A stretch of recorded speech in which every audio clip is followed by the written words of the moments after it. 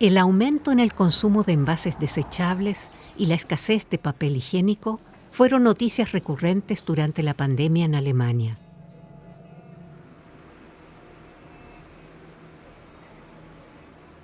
Mientras en abril de 2020 los empleados de una de las mayores fábricas de celulosa de Sudamérica bloquearon la entrada porque reclamaban mejores normas de higiene durante la pandemia, así como garantías salariales en caso de enfermedad por coronavirus. Esta resistencia era parte de la rebelión social que se apoderaba de Chile a finales del 2019. El detonante de las protestas en todo el país fue un aumento en los precios del metro. La amplia alianza social que se desarrollaba en aquel momento no luchaba contra el aumento de 30 pesos, luchaba en contra de 30 años de abuso de poder durante y después de la dictadura de Pinochet. Hasta el día de hoy en Chile, el sector público está en gran parte privatizado y el sistema económico neoliberal sigue siendo el modelo económico del país después de la dictadura. Los niños piden mejores pensiones para sus abuelos, los abuelos piden mejor educación para sus niños, los que no vivieron la dictadura piden justicia para los detenidos desaparecidos. Todos pedimos todo para todos porque no podemos seguir viviendo así. Actualmente, la mayoría de la población chilena está impulsando una nueva constitución, debido a que la vigente fue creada durante la dictadura y constituye el marco del sistema jurídico y económico actual. En la protesta, la gente también exigía la dimisión del presidente Piñera y la renuncia de la represión militar. Estamos en guerra contra un enemigo poderoso, implacable, que no respeta a nada ni a nadie, que está dispuesto a usar la violencia y la delincuencia sin ningún límite, incluso cuando significa pérdidas de vidas humanas. El gobierno chileno declaró el estado de emergencia e impuso el toque de queda sin éxito. Más de 2 millones de personas reaccionaron con bloqueos en todo el país. El Instituto Chileno de Derechos Humanos criticó la violencia, las agresiones sexuales y las torturas de las fuerzas del orden. En pocos meses se registraron 35 muertes, 4.000 heridos y casi 40.000 detenciones.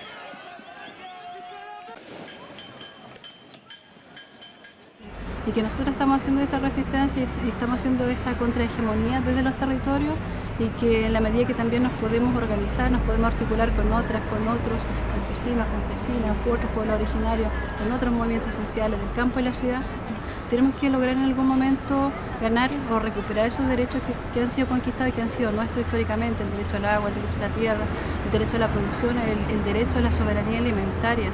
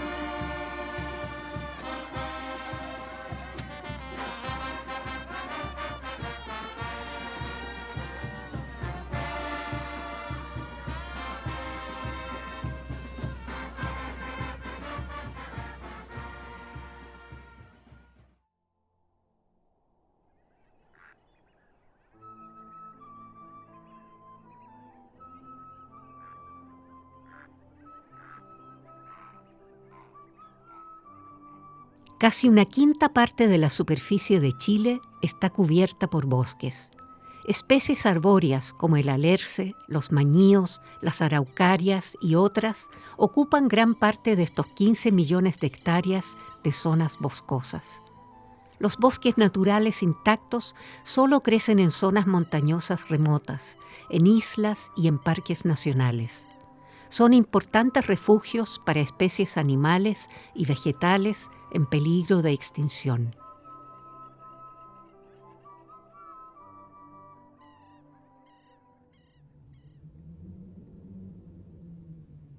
En las últimas décadas, la superficie de las plantaciones de madera ha aumentado, sobre todo por la tala de bosques primarios.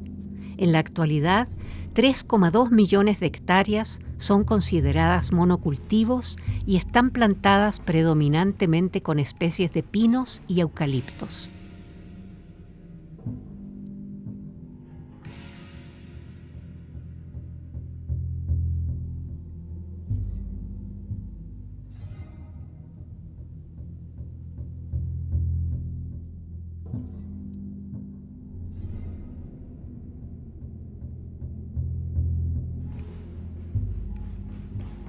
El proceso de producción, desde la semilla del árbol a la pulpa de celulosa, es largo.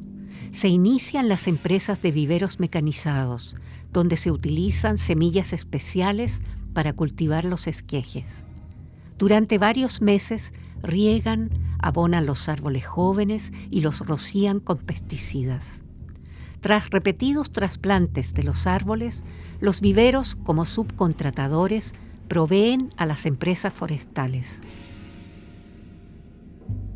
En las plantaciones hay un ciclo regular de plantación a desbroce.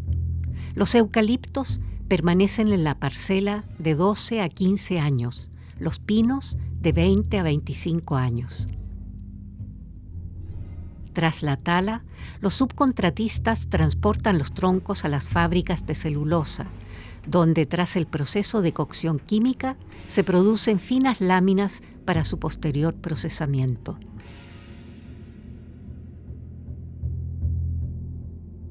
Los buques se cargan en los puertos cercanos. Una 10ª parte de las exportaciones mundiales de celulosa procede de Chile.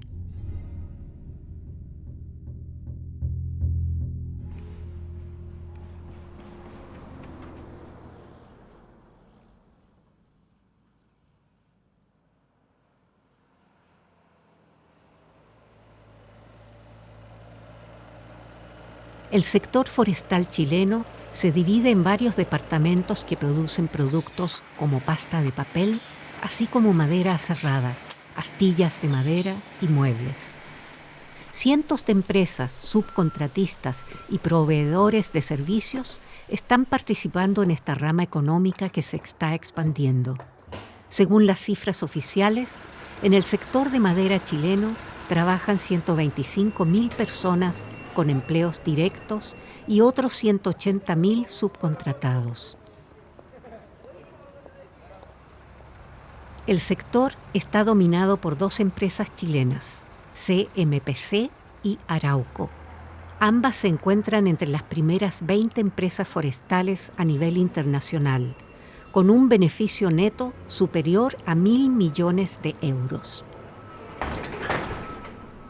Estamos en un momento muy complejo,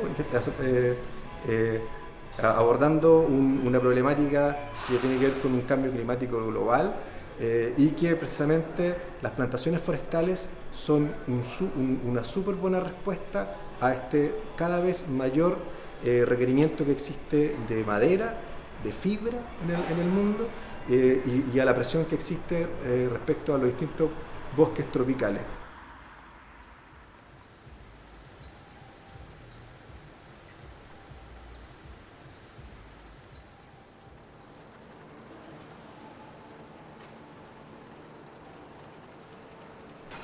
Entonces, ¿qué tenemos por delante?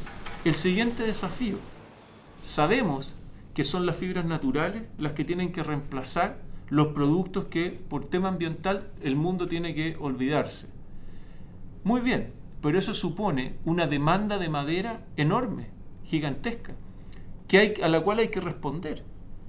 ¿Cómo se consigue eso? Bueno, con el modelo que ha aplicado Chile, que es un modelo de plantaciones renovables, sustentables y, lo más importante, certificadas. CMPC pertenece al consorcio de la familia Mate y Arauco a la red corporativa de la familia Angelini. Estos ricos propietarios están presentes en diversos sectores económicos y tienen gran influencia política.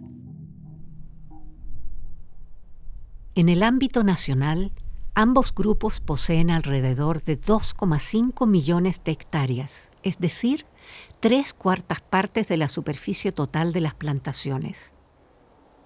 Ambas empresas producen para el mercado mundial y también en lugares extranjeros. En Chile, hoy en día, 3 de cada 4 árboles llevan el sello ecológico de FSC. Ese sello tiene validez internacional y se inició en 1992 en la Cumbre Medioambiental en Río de Janeiro. El FSC, o Forest Stewardship Council, representa la gestión forestal ecológicamente sostenible, socialmente beneficiosa y económicamente rentable. Para garantizarlo, el FSC adoptó 10 principios vinculantes a nivel internacional. En la actualidad, más de 80 países participan en el sistema de certificación y la sede central está en Bonn, Alemania.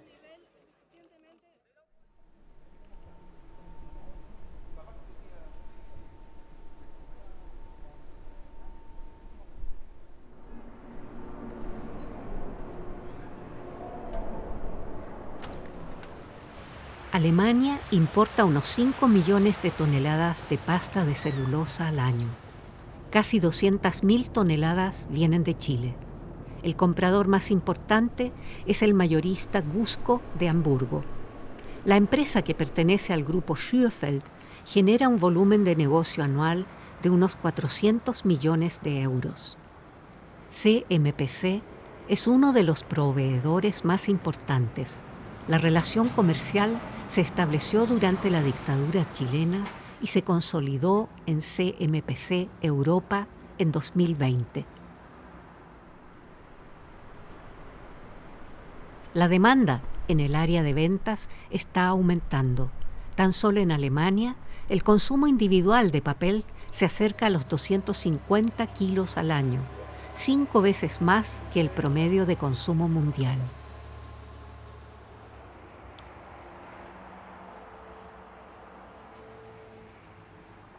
Wallmapu es el centro de la silvicultura chilena. Se encuentra en tierras mapuche. Se extiende entre áreas geográficas de Chile y Argentina. Al oeste de los Andes se concentra en las regiones chilenas de Biobío, Araucanía, Los Ríos y los Lagos. Casi 2/3 de los 1,8 millones de habitantes mapuche viven en estas regiones.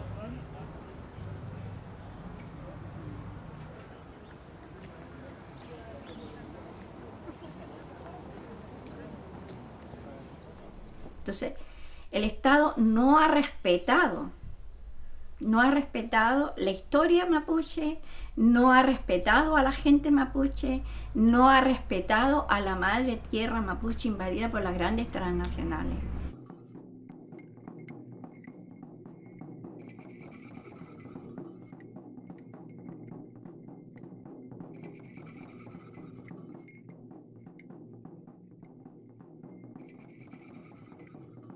Durante 3 siglos, los mapuches se resistieron a la colonización. La corona española y el Estado chileno, fundado en 1810, reconocieron las fronteras del Wallmapu mediante un tratado. Aún así, a mediados del siglo XIX, el Estado chileno ocupó las regiones Biobío, Araucanía, Los Ríos y los Lagos. El Estado chileno confiscó gran parte de las tierras mapuche para ser habitadas por asentamientos de migrantes europeos, en su mayoría alemanes, suizos e italianos. El reasentamiento, la expulsión y el asesinato de los mapuche alcanzaron su punto máximo en la década de 1880. El Estado chileno acuñó esa guerra de ocupación bajo el nombre de Pacificación de la Araucanía.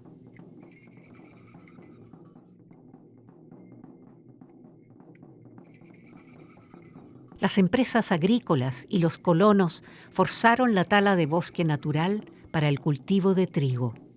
La destrucción del bosque natural, la degradación del suelo y los numerosos conflictos por la tierra fueron las consecuencias inmediatas. Unos años más tarde se establecieron aquí las primeras plantaciones forestales.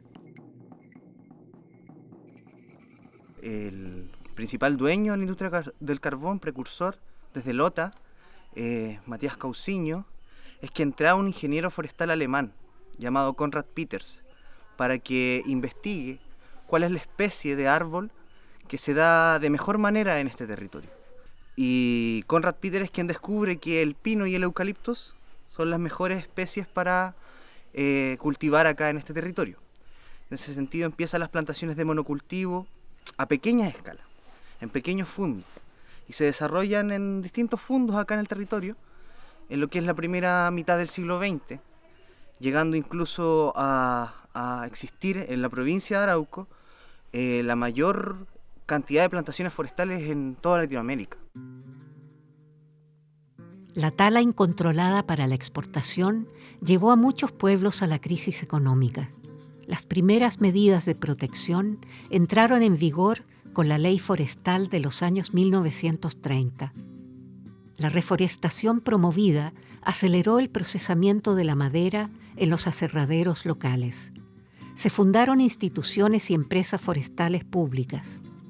Con la construcción de la primera fábrica de pasta de papel en 1959, el sector se convirtió en una industria lucrativa.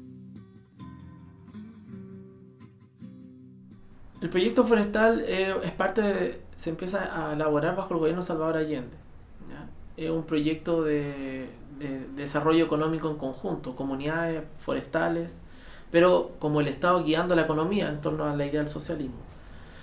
Esas tierras que son parte de la reforma agraria bajo el gobierno, bajo la dictadura militar, se pierden y se entregan a empresas forestales particulares. Tras el golpe de Estado de 1973, las empresas privadas pagaron un precio mínimo por las tierras expropiadas y pudieron privatizar grandes extensiones de plantaciones. De esta manera, pudieron tomar control de las empresas estatales. La dictadura de Pinochet complementó la reorganización de la propiedad con la Ley 701, que garantizaba subvenciones estatales elevadas a las empresas forestales. Durante 40 años, el régimen militar y los gobiernos posteriores distribuyeron casi 800 millones de euros hacia el sector forestal, 2/3 de los cuales fueron destinados a las familias Mate y Angelini. En el último medio siglo, se perdió casi 1/3 de la selva tropical templada. En ese sentido, la industria arrasa con miles de hectáreas de bosque nativo, las quema, las destruye, arrasa con las plantaciones, con las casas de la gente, para interponer lo que es el régimen forestal. Más que una política de producción, una política de despojo, una política donde se destruye una forma de vida, donde se destruyen las formas de vida rurales que existían anteriormente, las formas de vida mapuche y la forma de vida campesina. Al final de la dictadura, en 1990, la superficie forestal se había quintuplicado hasta alcanzar 1,4 millones de hectáreas.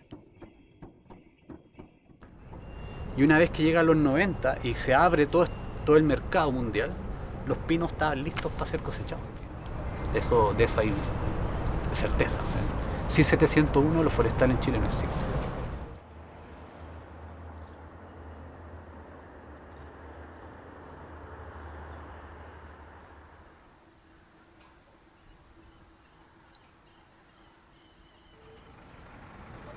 La ciudad costera de Valdivia y sus alrededores solía tener, como en todas las regiones mapuches, suelos ricos en nutrientes provenientes de la ceniza volcánica. El científico forestal Claudio Donoso se encarga de estudiar los cambios ecológicos en la región. Y justo al lado tenemos toda esta transformación brutal del paisaje que cuando tú hagas un paneo aquí de todo este sector vas a ver varios lugares pelados, que son las talas rasas, que es el método de cosecha que tienen las forestales.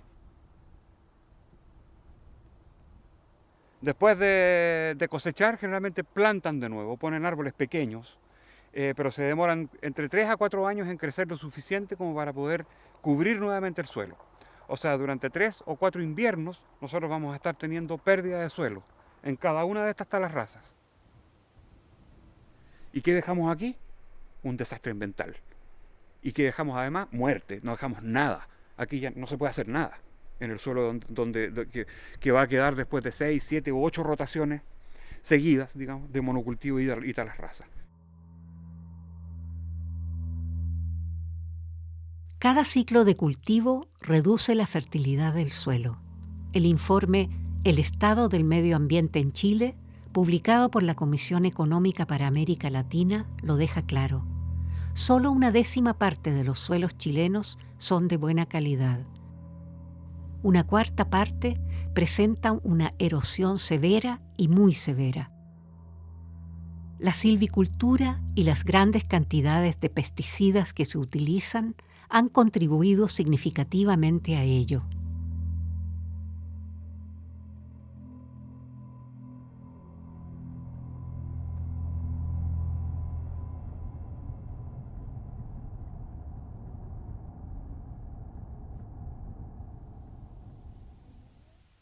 Esa lucha contra las últimas tierras no invadidas por los bosques de pino eucalipto es la lucha actual, que es una lucha de sobrevivencia.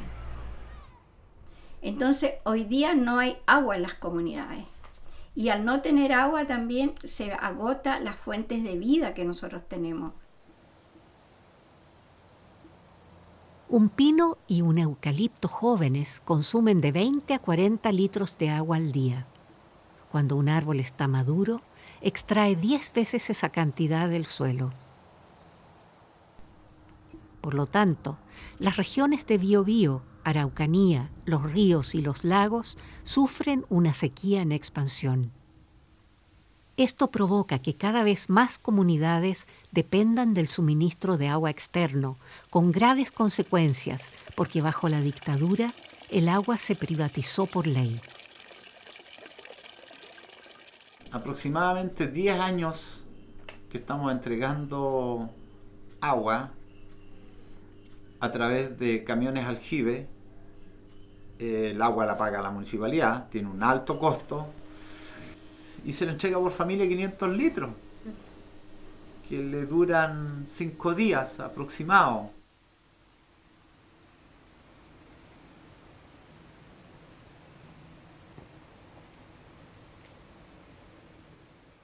Acá en Chile, la madera es la materia prima la segunda materia prima que genera más recursos por exportación.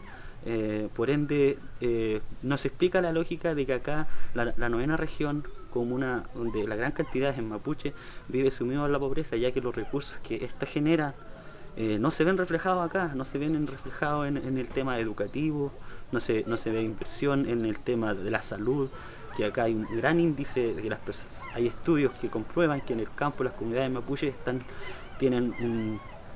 muriendo más jóvenes por el hecho de que el daño de vida que se le hizo tanto en el tema alimenticio.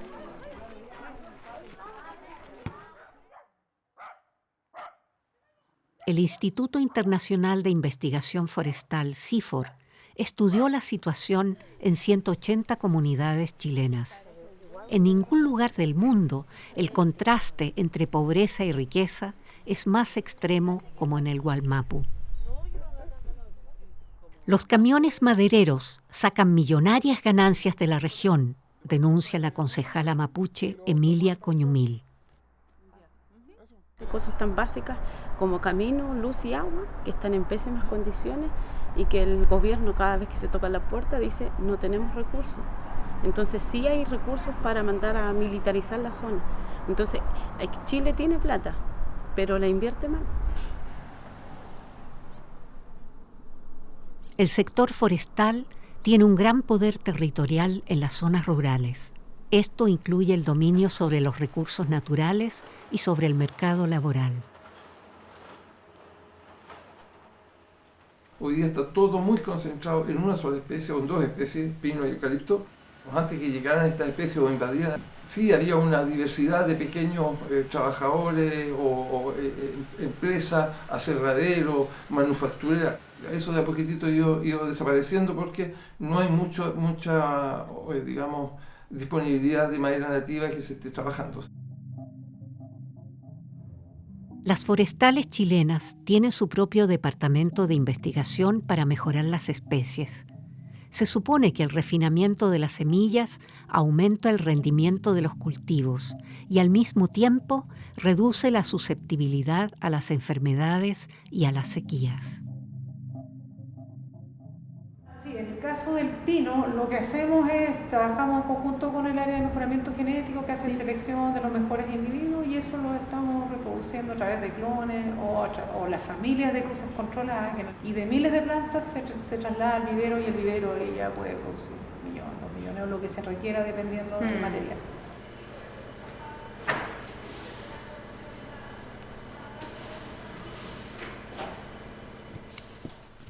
La investigación también tiene como objetivo el uso más eficiente de la tierra, ya que ésta es escasa.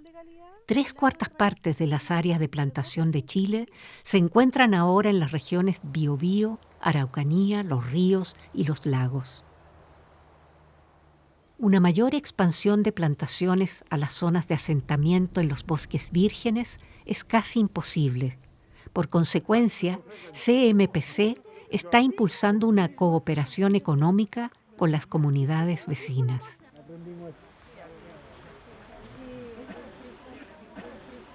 Lo que es importante es que las comunidades tengan la posibilidad de transformar la industria forestal en una industria que también les genere ingresos. No sé si me explico, ¿eh?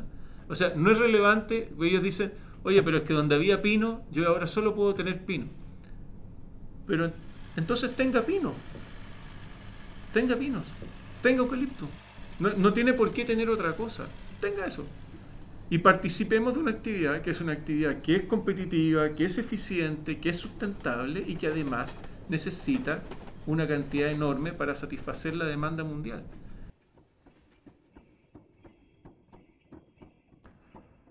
La estrategia de CMPC está en consonancia con la política forestal y el Plan de Acción Nacional, según el cual, entre 2015 y 2035, 500.000 de hectáreas se convertirán en plantaciones forestales.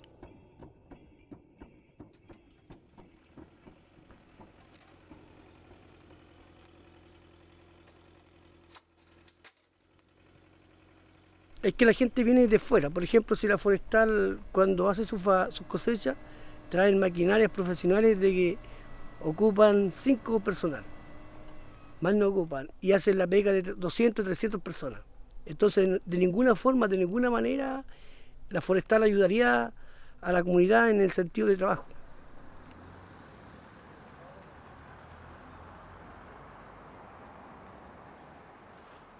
La población local encuentra trabajo en la industria forestal, principalmente en la fase de plantación y desbroce. Las y los habitantes locales están contratados por subempresas que dan trabajos temporales y estacionales. José Curinao ya trabajaba para CMPC durante la dictadura debido a la falta de ingresos alternativos. En el año 80, ganaba como el mínimo, que donde te pagaban como 2.500 pesos. Y actualmente hoy día el mínimo está como a 280, a 300 y tanto. Pero la plata no se da un lujo solamente para vivir y seguir viviendo con la familia. La expansión de las plantaciones ha llevado al campesinado a una crisis existencial. A medida que el rendimiento de los cultivos disminuye, los ingresos necesarios bajan y cada vez más campesinos se están endeudando. La gente se ve la obligación de vender sus terrenos, ¿y a quién se los vende? Nadie, ningún particular, ninguna persona que tenga un espíritu de querer levantar una actividad económica sustentable y que sea amigable por el medio ambiente va a comprar esos lugares, porque esos lugares ya no generan vida. Para lo único que se están destinando es para la plantación de pino y eucalipto. La falta de perspectivas y oportunidades genera cambios en la población local y muchos jóvenes se ven forzados a abandonar sus comunidades.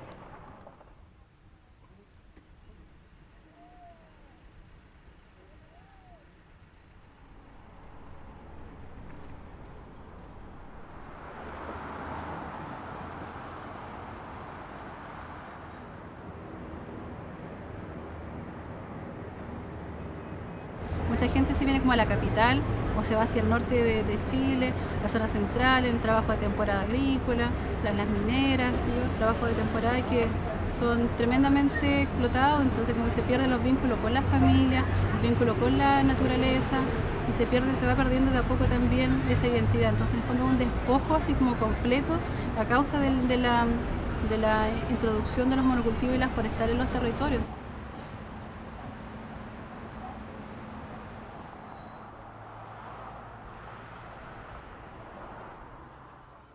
Mucha gente dice, se ha certificado a estas empresas, pero no las he visto que han cambiado. Puede pasar eso. Yo creo que una gran cantidad de personas piensa eso, especialmente con las empresas grandes. Pero también considero que la certificación de una empresa es el inicio de un proceso, digamos, que va poco a poco regulando internamente los aspectos sociales, ambientales y económicos. El FSC Chile tiene, como las sedes de otros países, un sistema administrativo con 3 cámaras, una ambiental, una cámara social y una económica. Las cámaras deben desarrollar las normas nacionales del FSC. Cada cámara envía 3 miembros con derecho a voto al Consejo de Administración.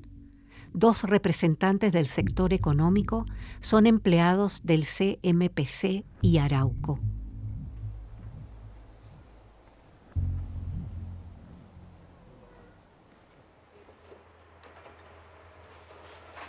Los auditores externos deben controlar si las empresas forestales cumplen las normas del FSC. También utilizan documentos y mapas de las empresas forestales. Entonces hay un desbalance inmenso, muy grande. Y esa es un poco la crítica también que hacemos, que el FSC a nivel nacional entonces está mayormente más aliado con la empresa en sí, con la Cámara Económica, que con la realidad de los grupos de las comunidades locales.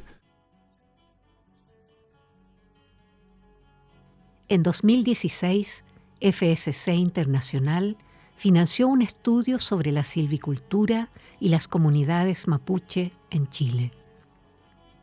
En este estudio, los investigadores examinaron varios informes de certificación de FSC Chile. El enfoque de la investigación era el cumplimiento de las normas del FSC, la protección del medio ambiente y el bienestar de la población local.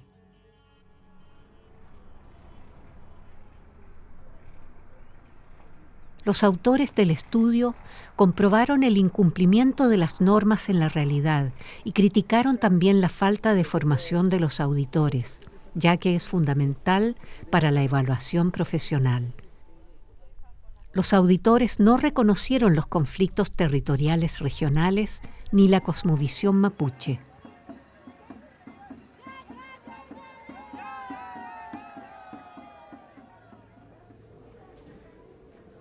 Organizaciones como Greenpeace y Robin Wood critican los estrechos vínculos entre auditores y auditados.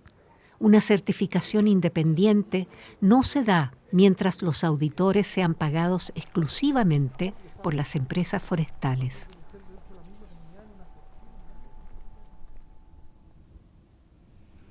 No vimos ningún informe que el auditor dijera, no, este tipo de actividad que desarrolla la Forestal Arauco en este territorio, en esta comuna, no debería ser aprobado. No dicen los informes, solamente modificaciones, un lenguaje muy conciliador.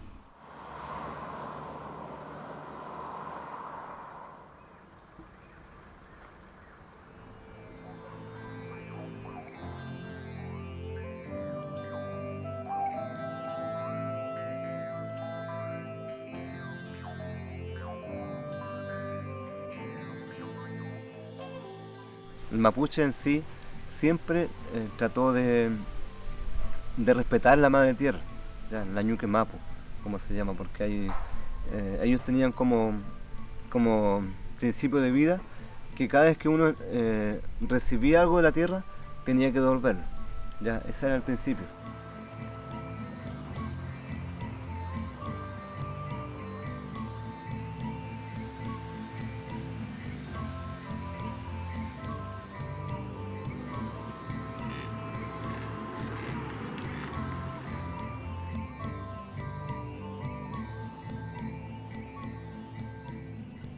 Pero todos estos árboles que ustedes ven, aparte de ser un árbol, también tienen las condiciones de ser medicinales. Todos tienen algún efecto curativo para nuestra vida mapuche.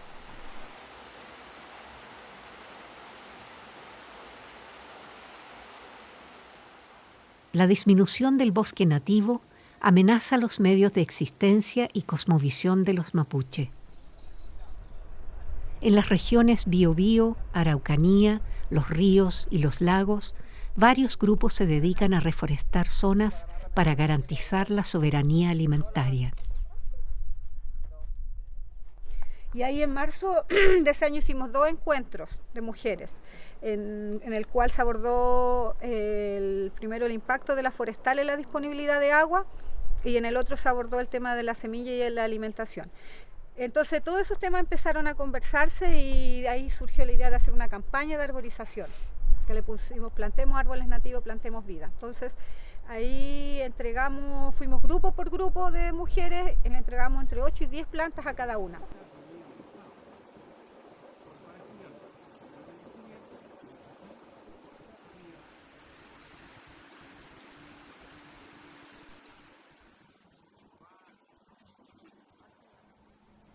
Y además, que yo cuando empiece a recuperar ese bosque, voy a empezar a recuperar el suelo y voy a empezar a recuperar el agua. Y yo voy a poder tener probablemente disponibilidad de agua de calidad durante todo el año, si es que tengo mi bosque nativo sano.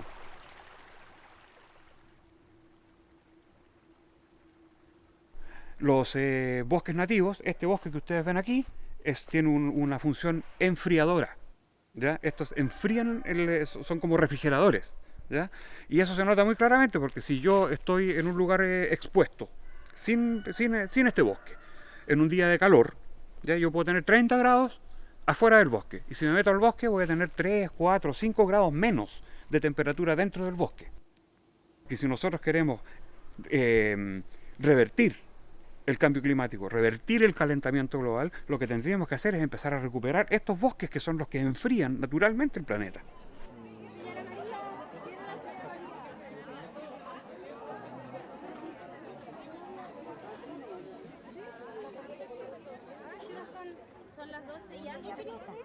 En Chile, casi 2/3 de las especies están en peligro de extinción o en vías de desaparición.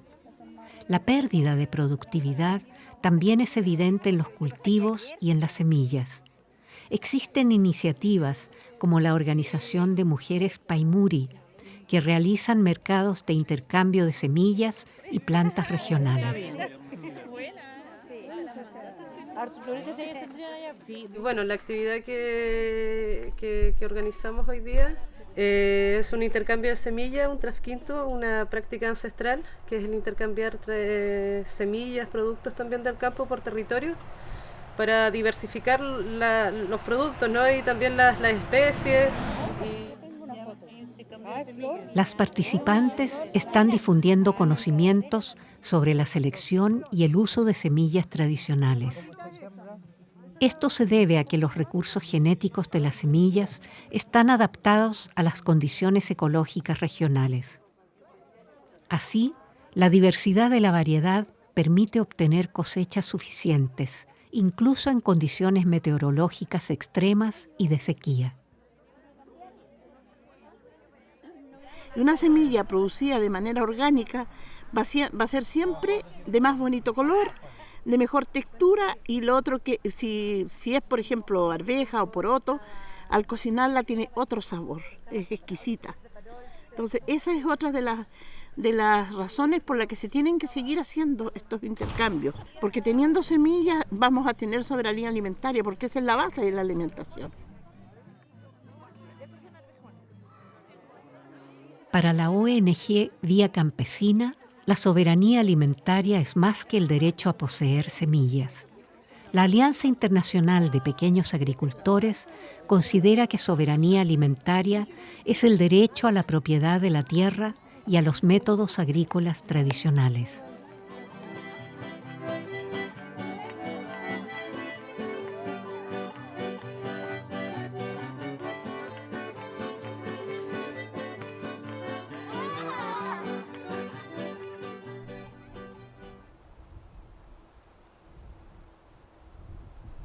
Vía Campesina condena la apropiación ilegal de tierras comunitarias y su capitalización.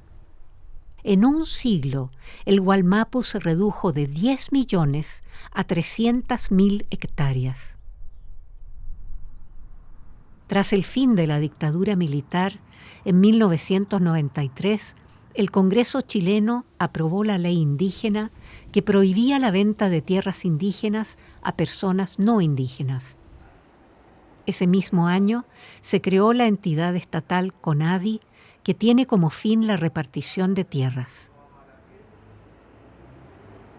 Y respecto de las reclamaciones de tierra, en la actualidad contamos con más de 4.500 hectáreas que hemos traspasado a través del organismo estatal, que es CONADI, a las comunidades mapuches, y contamos a través de los mecanismos de diálogo con más de 8.000 hectáreas que están en acuerdo de traspaso en la medida que el Estado asigne los recursos que tiene en el fondo una ley que está asociado a este tema específico. La empresa CMPC ha confirmado haber vendido 5.000 hectáreas a CONADI en el programa de restitución. Según datos de la Universidad de Concepción, las empresas forestales gestionan actualmente más de 100.000 hectáreas que son legalmente y con título oficial propiedad indígena. CONADI es responsable de la gestión de esta situación y de la resolución de estos conflictos de tierras.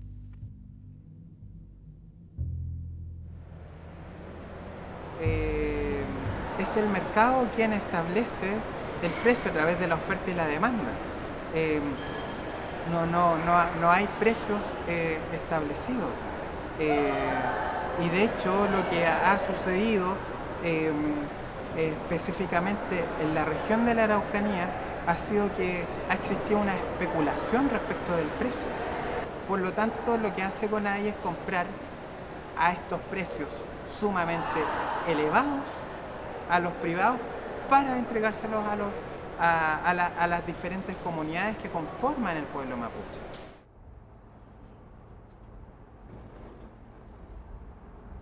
Hasta finales de 2020, CONADI compró más de 250.000 hectáreas de tierras con un costo de 700 millones de euros, un precio que supera mucho al precio de la compra original. Solo una fracción mínima del antiguo territorio fue devuelto a los mapuche. El compromiso por el desarrollo de la Araucanía. La organización multigremial se posiciona en contra de las reivindicaciones territoriales históricas de los mapuche. Como organización que agrupa a diversas empresas, coordina su promoción económica con la política.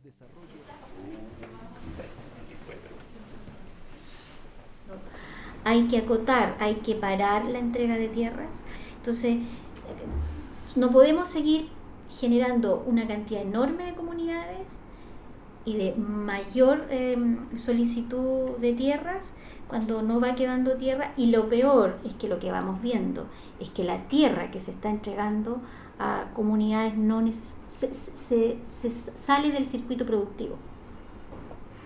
Ya es tierra que se va empobreciendo.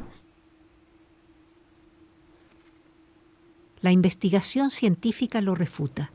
Tras varios ciclos forestales, el suelo se agota. Las empresas suelen vender a la CONADI terrenos que no son rentables.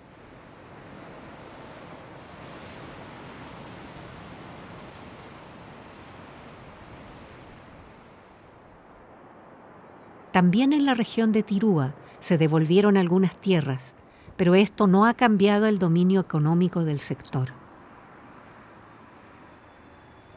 A finales de 2019 se celebró un referéndum. 10.000 habitantes fueron llamados a expresar su posición sobre las forestales.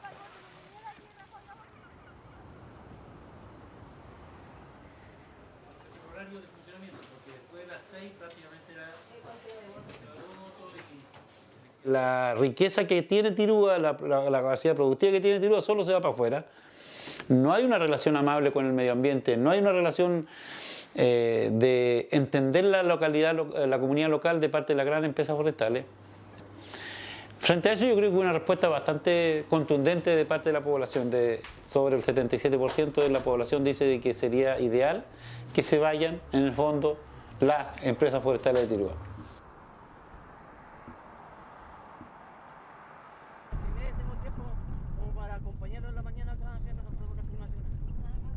Nos estamos dirigiendo al Lof Temulemu en la Araucanía. El Estado chileno expropió la mayor parte de la tierra de este distrito en 1883 y la vendió en parcelas individuales.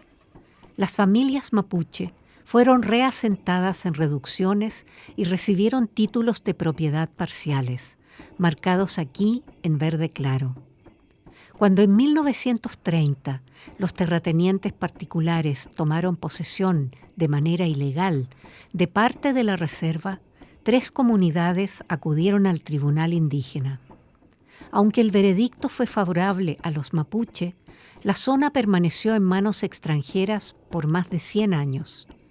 Durante la dictadura, la filial de CMPC, Mininco, compró 1.700 hectáreas del Lof Temulemu. Y se fue con esa documentación a la forestal diciéndole, mira, aquí estas 58 hectáreas son de la comunidad. Y la forestal se negó rotundamente a devolver esta tierra. Después se incorporó a 2 comunidades y dijimos, bueno, si vamos a pelear por 58, peleemos por las 2.400 que tiene la forestal hoy día. En 1998 se reinició la lucha por su territorio y la comunidad reocupó el territorio ancestral.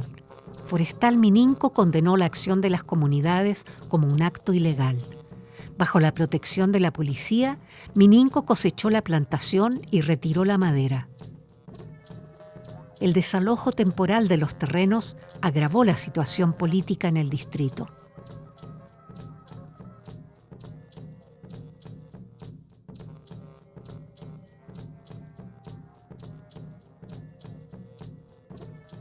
Y lo que se hace es generar estas reducciones, con lo cual ellos van a quedar del orden de unas 500.000 hectáreas, más o menos, que eso equivale más o menos como al 6% de lo que era su territorio anterior.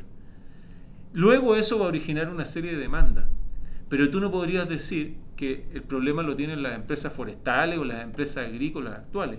El problema lo tiene el Estado chileno.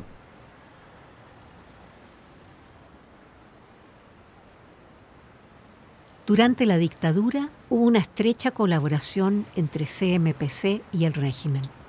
Altos funcionarios de la empresa participaron en la redacción de la Ley 701 que benefició posteriormente a las corporaciones forestales.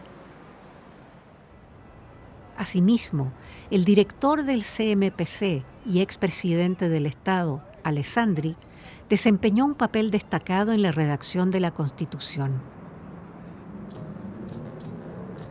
La continuidad del modelo neoliberal después de la dictadura indudablemente se mantiene por la aplicación de la ley antiterrorista. Y ahí le aplicaron la ley antiterrorista a mi papá. Fueron los primeros que le aplicaron la ley antiterrorista en el año 2001, con el gobierno de Lagos. Estuvieron presos por esa ley, por la ley antiterrorista. Se creó en la época justamente de Pinochet para combatir los grupos que eran más subversivos. Después de la dictadura, se utilizó la ley antiterrorista exclusivamente contra el pueblo mapuche. En este caso, el tribunal declaró a los 3 acusados culpables y los encarceló durante 5 años. Tras su liberación, el caso fue internacionalmente juzgado. No existen, la única sentencia condenatoria respecto de esa ley fue revocada por la Corte Interamericana de Derechos Humanos. Se condenó al Estado chileno en el caso de Aniceto Norín y Pichún, y se condenó al Estado por la aplicación discriminatoria de esta ley en contra del pueblo mapuche. No le ha dado la razón al Ministerio Público y al gobierno en que efectivamente exista terrorismo en la región. En el 2011, el enviado especial de Naciones Unidas explicó la sentencia internacional de la siguiente manera: las acciones de la industria forestal y del Estado chileno constituyen una clara violación de los derechos económicos, sociales y culturales de los mapuche. Obviamente que es una lucha que también un poco más dura, que tiene un poco más de represión, más violenta que el resto. Por eso hemos pasado por las cárceles. Yo tuve 5 años en la cárcel, 3 años y medio perseguido. O sea, hay que partir de eso, de cuál es la consecuencia. Pero de todo eso, esto es lo que tenemos. Esto es lo que le estamos dando vida. O sea, aquí tenemos la Mahuida, el Huincul, todos están volviendo a tener vida hoy día. Finalmente, en 2011, CONADI compró los terrenos forestales de Mininco y los transfirió oficialmente a las 3 comunidades residentes en el LOF de Temulemu. Y no hay un proyecto del gobierno que esté apoyando a esta comunidad, sino en nuestra propia fuerza, digamos, como comunidad, como familia, que estamos reconstruyendo nuestra economía propia como mapuche.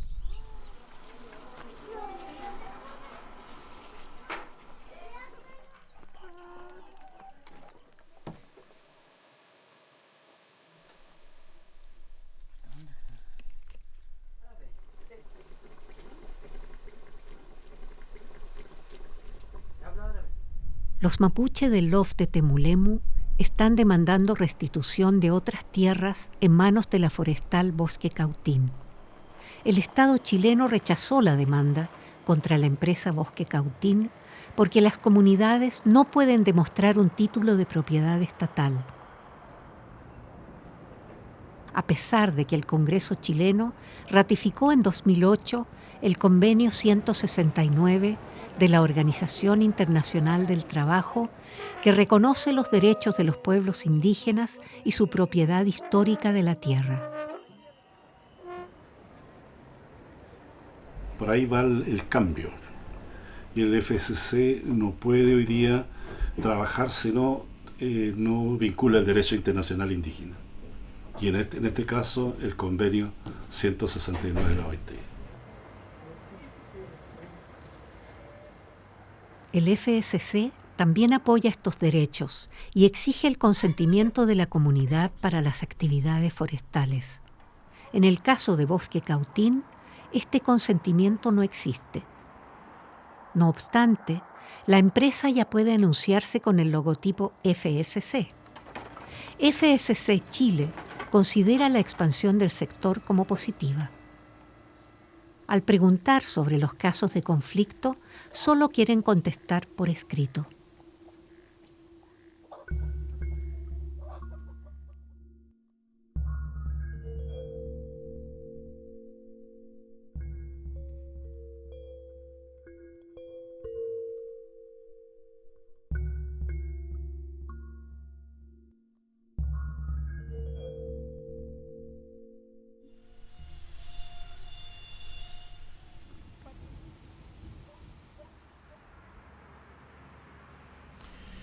Yo creo que si uno mira las promesas o la justificación de existencia del FSC hoy día en función de lo que ha ocurrido en Chile, es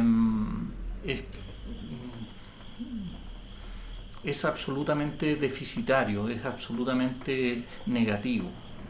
Y eso es lo que está de alguna manera encubriendo o disfrazando este sistema de certificación. El conflicto por el territorio usurpado a los pueblos indígenas.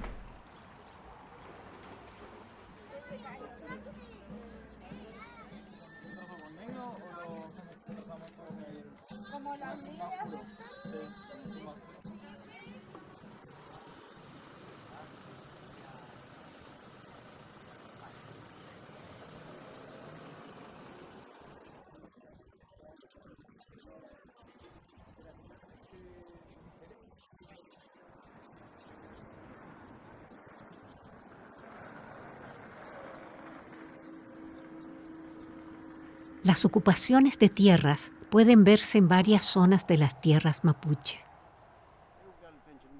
Los mapuche están construyendo viviendas, plantando huertas, realizando ceremonias y organizando su resistencia. Y luego de eso se da el otro proceso, el proceso de ocupación, de ya darle vida al lugar, protegerlo. No hacer lo mismo que hacen las forestales, saquearlo, por ejemplo, o explotar los árboles nativos que siempre se da en otros lugares. No, nosotros no, aquí protegemos todo. Eso es un control territorial.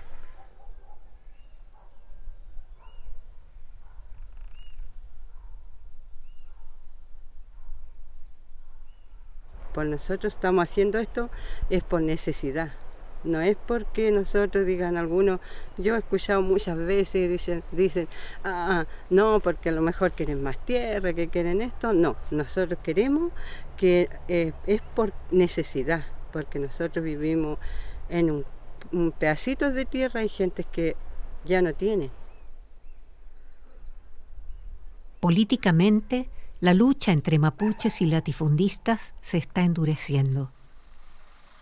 La Federación Empresarial Multigremial argumenta que las acciones violentas, como los daños a la propiedad de las forestales, perjudicarían a la economía regional. No es una región que está en una pobreza sin límite, es una región que podría dar y ser muchísimo más si no fuera por un grupo ideologizado terrorista que hostiga a quienes producen, a trabajadores, inclusive a gente de su propio pueblo.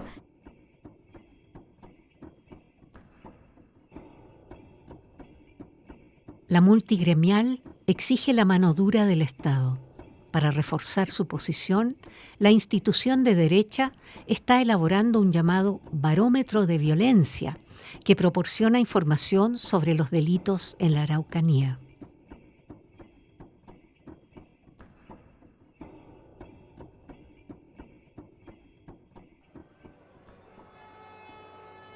Entonces hay unas vinculaciones entre poder judicial, policía y políticos en las zonas mapuche que terminan configurándose, además de una actitud colonial, una actitud racista, y que terminan ocupando todos los mecanismos del Estado para encarcelar a los dirigentes y a las dirigentes del movimiento mapuche. Y por eso es que estamos afrontando esta política de contrainsurgencia que se llama en América Latina, que se basa en una represión y una socialización a la vez, para el objetivo, para poder perpetuar el extractivismo económico de un país que es muy pobre y por tanto su desarrollo económico depende del extractivismo de recursos.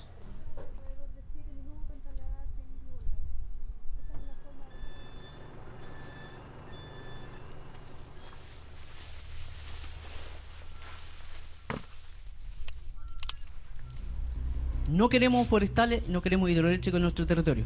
Por lo tanto, le pregunto, en su gobierno, señor Piñera, ¿más devoluciones de tierra o más pago para las comunidades? Nunca hemos hablado de militarizar la Araucanía. todo lo contrario.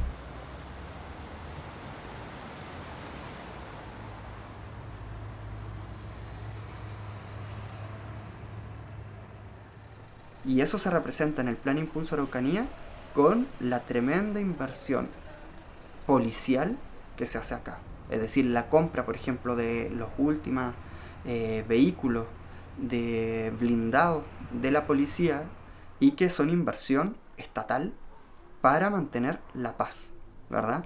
Y que nos ha tocado, y esto yo a mí me ha tocado verlo directamente, funcionan como una guardia privada de las forestales.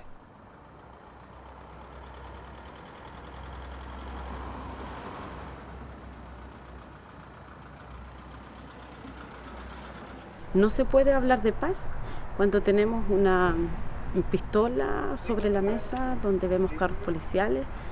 No puede haber paz. Se implementó el Comando Jungla, que ha traído lamentablemente la muerte del Lamín Catrillanca, que marcó un antes y un después acá en la comuna.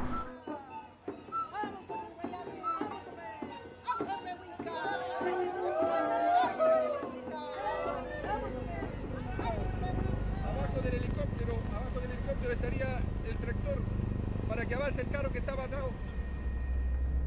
En 2018, Camilo Catrillanca, de 24 años, regresaba de un día de trabajo en el campo cuando fue asesinado por un francotirador.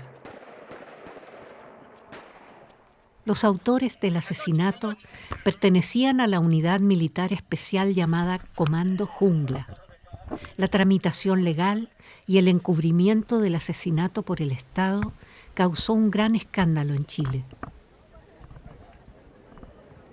Durante muchos años, Camilo Catrillanca y la comunidad de Temcuycuy han hecho campaña por la restitución de las tierras expropiadas y contra las medidas de control militar. La familia Catrillanca tuvo que esperar más que 2 años a la sentencia y acudirá a la jurisdicción internacional para obtener justicia. Tras el asesinato, hubo protestas y manifestaciones en todo el país.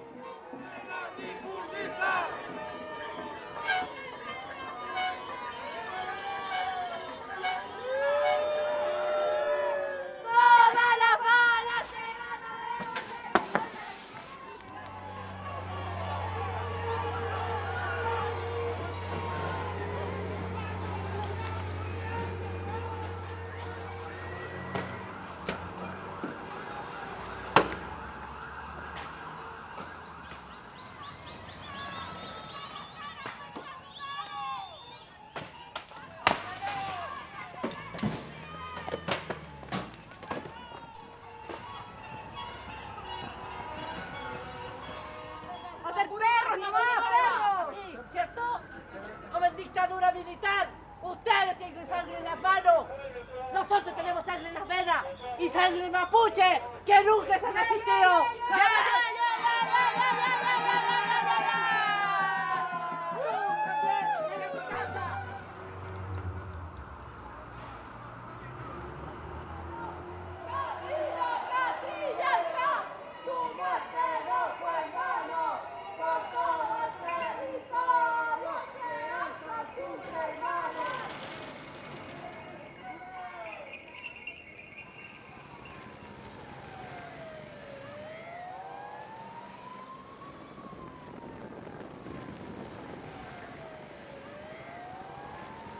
En la temporada seca de Chile se producen devastadores incendios y en los últimos años son cada vez más numerosos. Tan solo en el 2017, más de 500.000 hectáreas ardieron en llamas.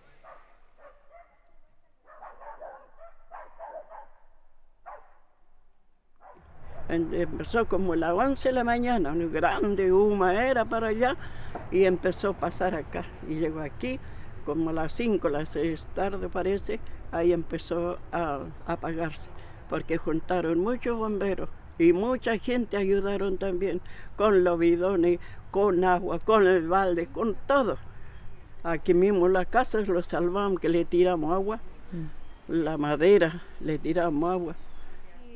Se seque más todo rápido. Quemado, todo. La familia se enfrenta a una situación difícil porque el fuego también destruyó sus propias plantaciones para el suministro de alimentos.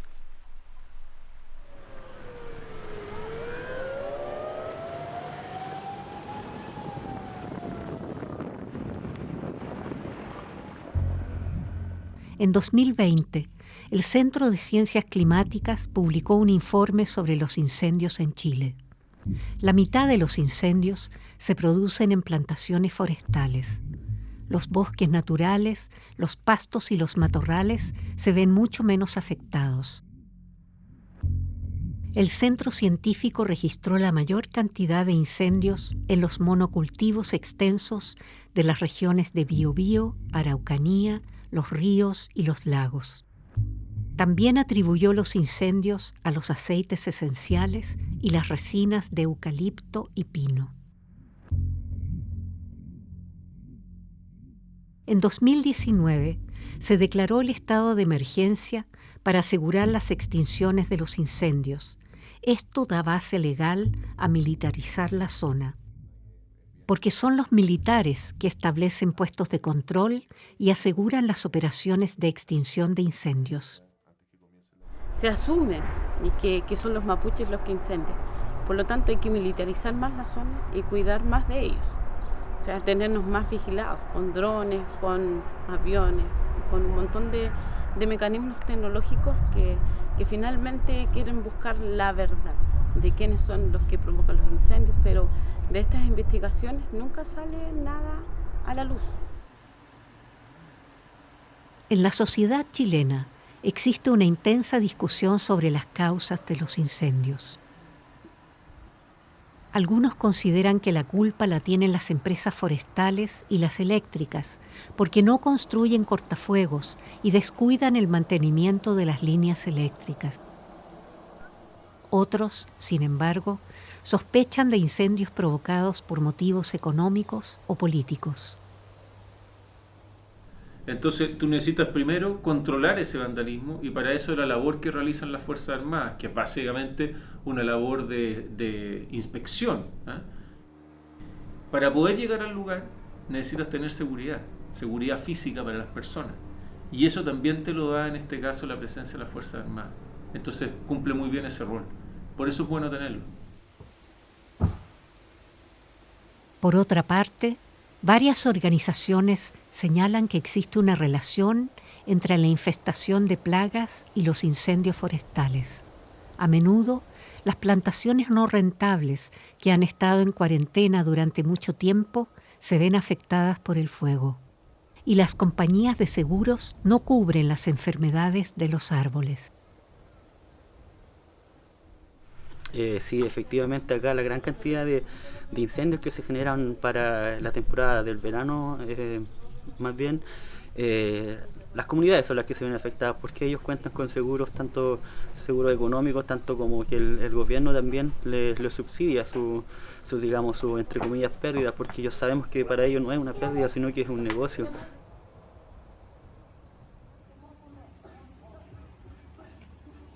A principios de 2021, 7 bomberos fueron detenidos en la región del Maule. Como empleados de una empresa privada, habían incendiado 15.000 hectáreas de bosque.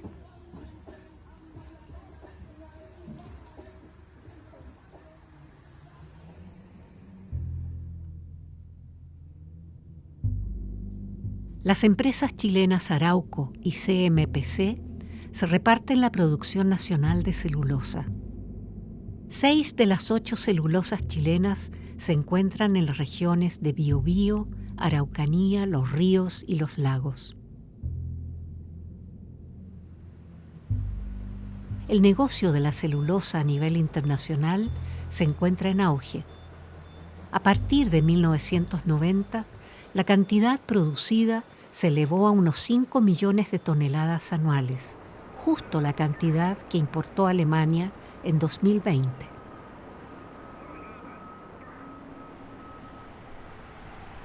Estamos visitando la segunda planta de celulosa más antigua de Sudamérica.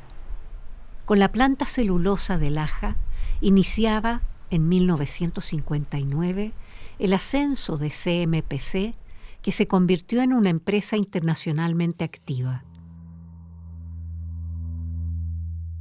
La celulosa de Laja también muestra la sangrienta cooperación de la empresa con el régimen militar. Una semana después del golpe de Estado de 1973, la dirección de la fábrica participó en el secuestro y fusilamiento de 19 personas, la mayoría de ellas sindicalistas socialistas. Los familiares solo conocieron las circunstancias del crimen 40 años después, cuando los policías implicados rompieron el silencio.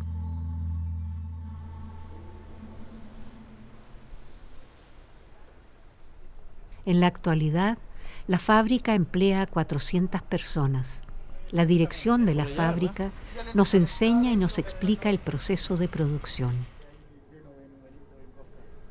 O sea, después del digestor pasa a una zona de prensa donde seguimos retirando lignina, después una zona de blanqueo que es principalmente a base de clorato, y después ya pasa a la parte del foudrinier donde una pasta que se forma ya blanca prácticamente pasa a una mesa donde se forma la hoja.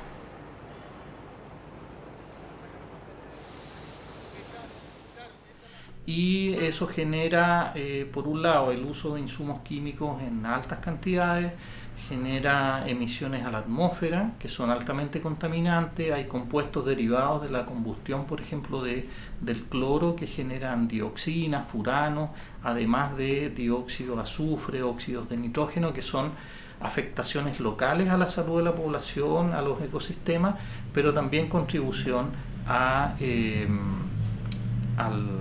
calentamiento global. Un lugar donde la contaminación y los accidentes de la celulosa son constantes es la pequeña ciudad de Nacimiento, que está situada pintorescamente a orillas de 2 ríos. El papel ya se producía aquí bajo el gobierno de Allende. En la actualidad, el CMPC está gestionando una fábrica de pasta de papel y plantaciones que cubren casi 3/4 partes del distrito. Y en estos momentos nos encontramos en el acopio de todo lo que son los residuos industriales, se puede decir, de la planta CMPC Nacimiento, una planta celulosa, donde en este momento el olor no se aguanta. Acá habían fundos, habían lecherías, habían chacras, productos que consumíamos los nacimentanos en nuestra mesa, de nuestra comida. Ahora no hay nada de eso, es solamente actividad industrial. La iniciativa ciudadana lleva realizando manifestaciones, bloqueos y campañas públicas desde el año 2012. Presentan demandas contra CMPC e informan al público sobre el peligro que corre la población.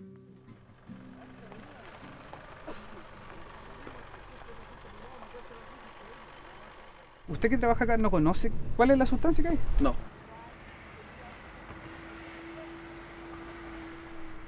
Este compromiso no es bien recibido por el mayor empleador de la zona. El propio personal de seguridad de la empresa trata de evitar la denuncia.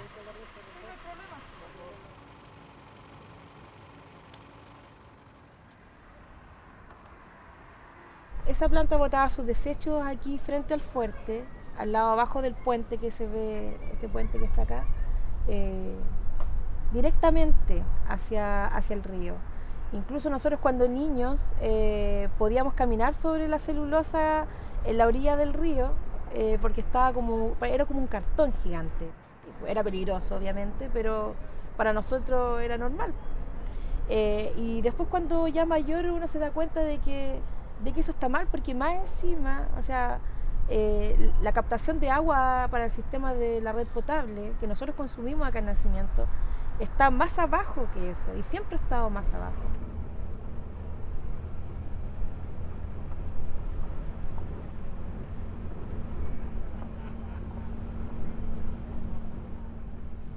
Y la realidad de las cosas es que hay mucha gente que ha muerto y sigue enferma de cáncer. Es una de las ciudades con más cáncer a nivel nacional en este país, en esta ciudad. Yo tenía aquí dentro del tórax una masa así de 11 centímetros a la orilla del hígado. y una de 4,5 aquí al lado de la vena cava y otra al otro lado casi de 4. Y eso era un cáncer de linfoma que le dicen los doctores. A mí me daban 6 meses de vida porque estaba demasiado avanzado el cáncer, estaba sobre 4 ya. Tras largas protestas, el Ministerio de Medio Ambiente dispuso la medición continua de la contaminación por polvo fino en el aire de nacimiento. El promedio de las emisiones supera el valor orientativo de la Organización Mundial de la Salud. En este caso, la Organización Internacional advierte la existencia de enfermedades pulmonares y el deterioro de la fertilidad. Solo en 2019 se registró 8 veces un estado de emergencia con la categoría más alta del medidor. Estamos convencidos que nosotros no somos el problema. Sí creemos que podemos aportar y ser parte de la solución. Y en ese sentido, nosotros hemos estado disponibles, estamos disponibles para sentarnos y conversar y ver cuáles son los caminos de solución. El sector nuestro es de largo plazo, estamos pensando en largo plazo, estamos ahí en la zona para quedarnos. La tetera porque ya no se usan las teteras. Ya se han celebrado varias reuniones públicas con las y los ciudadanos, así como con representantes de la ciudad, la autoridad medioambiental local y la empresa. Con el FC, bueno, esa fue una de las formas que nosotros identificamos para poder fiscalizar a las forestales. Le envié la foto y también le enviamos unos depósitos de ceniza que las forestales realizan con cenizas de la producción de acá de la celulosa, de la caldera. Las van a botar a los predios, que en algunos sectores, según ellos, lo utilizan como abono, pero esas cenizas tienen tóxico igual, tienen concentraciones igual de metales pesados y que van a caer a los riachuelos, a los esteros. Y le enviamos informe y nunca tuvimos respuesta ni nada.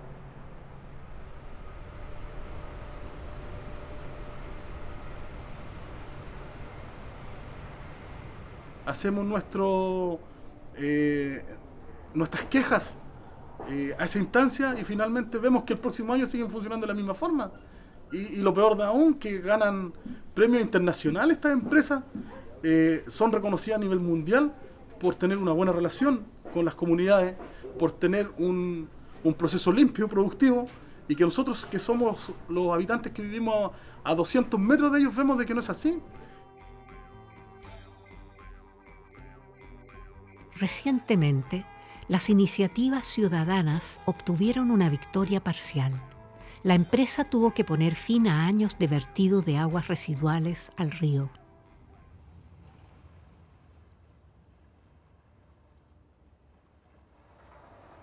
Las industrias de la pasta de papel son responsables de varias catástrofes medioambientales graves. En 2004, la empresa Arauco puso en marcha una nueva planta cerca de la ciudad de Valdivia. El aumento ilegal de la producción y el vertido secreto de productos químicos contaminaron un humedal protegido internacionalmente. En consecuencia, se mataron especies endémicas como los cisnes de cuello negro. Creo que este caso ha sido el reality más absurdo y más doloroso de ver cómo en Chile no solamente hay una ingobernabilidad, sino una impunidad en la cual hemos visto corrupción científica, hemos visto corrupción en los tribunales de justicia, hemos visto corrupción en las autoridades ambientales.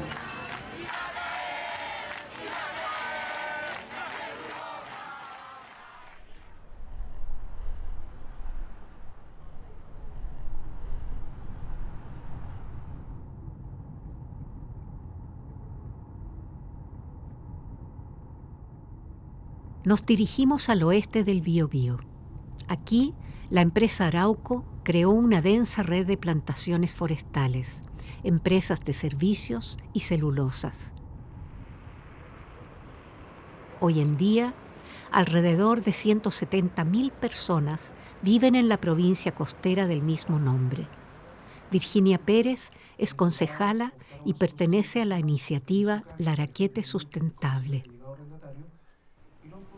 Y una empresa que estando aquí a 1 kilómetro, 1,5 kilómetros, funciona como una verdadera ciudad iluminada, pavimentada entera, pero que tú ves que tiene al lado el sector Horcones, localidad que estaba ahí antes de que llegara la planta, que no tiene ningún tipo de desarrollo. La celulosa le vende luz al sistema interconectado central, paga sus impuestos en Santiago, aquí paga una patente que es miserable dentro de la zona, son alrededor de 7.000 pesos. Arauco está ampliando su planta industrial en el Océano Pacífico. En el marco del proyecto MAPA, se está construyendo una de las mayores plantas de celulosa del mundo, cuya construcción cuesta casi 2.000 millones de euros. Casi 5.000 personas participan en la construcción, la mayoría como empleados de subcontratistas. La dirección de la planta faltó a sus promesas de dar empleo, pues apenas creó puestos de trabajo para la población local. O sea, el proyecto MAPA implica pasar de 750.000 toneladas de producción de celulosa al año, acá en esta zona, a 2.100.000. En conjunto con la generación del estudio de impacto ambiental, comenzamos un proceso de participación anticipada acá con los vecinos, el cual duró aproximadamente 2 años, en el cual estuvimos conversando y discutiendo los distintos aspectos productivos, ambientales y de beneficios sociales del proyecto. Los representantes de las comunidades afectadas critican el proceso de aprobación rápido y unilateral del proyecto MAPA. Incluso muchas demandas y propuestas políticas no se integraron en el proceso o fueron rechazadas. Los habitantes de Laraquete consiguieron que la empresa mejorara la calidad del agua. Para ello, se renovará la planta de tratamiento de aguas existente y se conectarán más hogares a la red de agua.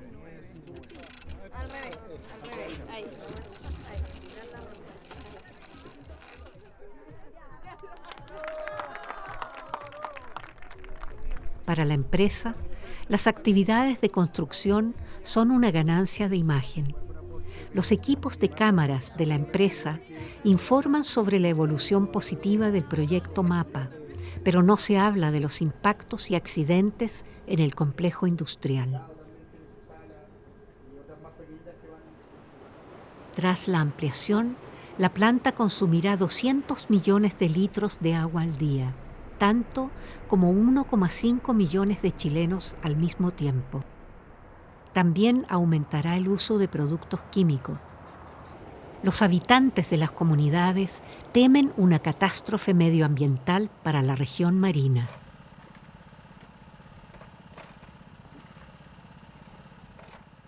En Chile, estos proyectos tienen que obtener un permiso ambiental, se hace una evaluación ambiental por parte de los servicios del Estado. Ese es un proceso donde no hay una participación de las comunidades con capacidad vinculante, ¿no? Sino que son una participación donde se le informa a la comunidad de algunos aspectos del proyecto y no tiene incidencia en la decisión final, ¿no? Entonces, detrás de esto y de la aprobación de este proyecto hay fundamentalmente una decisión política, ¿no? No pesa tanto la evaluación técnico-ambiental.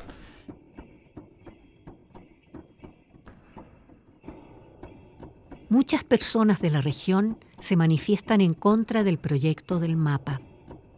También en los alrededores de Curanilahue, donde se establecieron las primeras plantaciones hace un siglo. Y ahora actualmente también hay bastantes tomas de terreno porque en Curanilahue no hay espacios para la vivienda. Forestal Arauco controla alrededor del 60% de la propiedad de suelo comunal. Junto con Forestal Mininco controlan el 80% de la propiedad de suelo.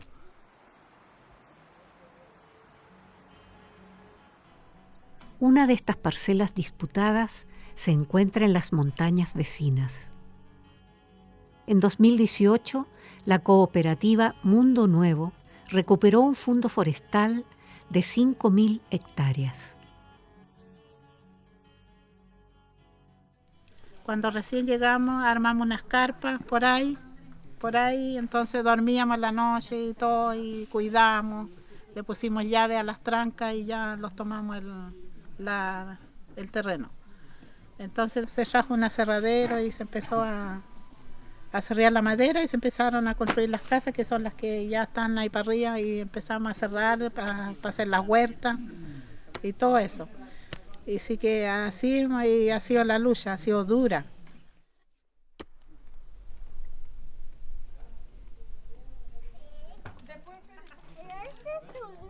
Nací el año 1936, criado en este fondo que se llama Mundo Nuevo. Se llegó el tiempo transcurrido hasta el 1969, este fondo lo compró la cooperativa, con todos los socios, que somos 36 socios que compramos este fondo. Pero de ahí, lamentablemente, luego llegó esta famosa que se llama Bosque Arauco, llegó aquí el 74, entró aquí a Rosales, en el fondo, y a sacar la gente del fondo. Durante la dictadura, la empresa Arauco colaboró con los militares. Desalojaron a la cooperativa por la fuerza y prendieron fuego a sus casas. La empresa comercializó entonces la existencia de árboles de la cooperativa y estableció nuevas plantaciones. Recientemente, la forestal acudió a los tribunales. Según la empresa, las tierras habían sido transferidas legalmente durante la dictadura. Nosotros tenemos papeles para argumentar que tenemos en cierta forma derechos también sobre estas tierras, y a través de esos derechos es que estamos acá parados. Pero nosotros acá estamos con la cara en alto y tenemos la voz suficiente para decir que nosotros no somos ladrones de tierra, ya que estamos tratando de recuperar lo que fue, en este caso, de mis abuelos.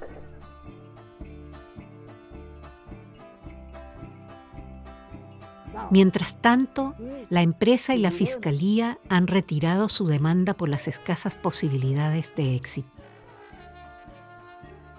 Sin embargo, la empresa está intentando cosechar los árboles de la cooperativa. Bloquearon una carretera pública con vallas y se niega a permitir el acceso. Hasta ahora, la comunidad ha podido evitar la tala ilegal.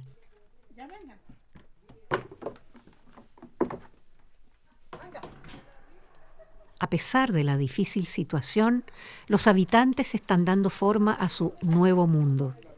Ha pasado casi medio siglo, pero la visión de una comunidad autodeterminada permanece.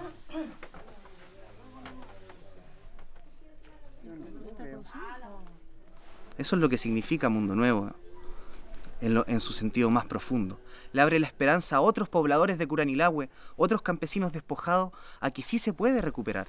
Se puede recuperar el campo perdido, se puede recuperar la soberanía alimentaria, se puede recuperar la autonomía.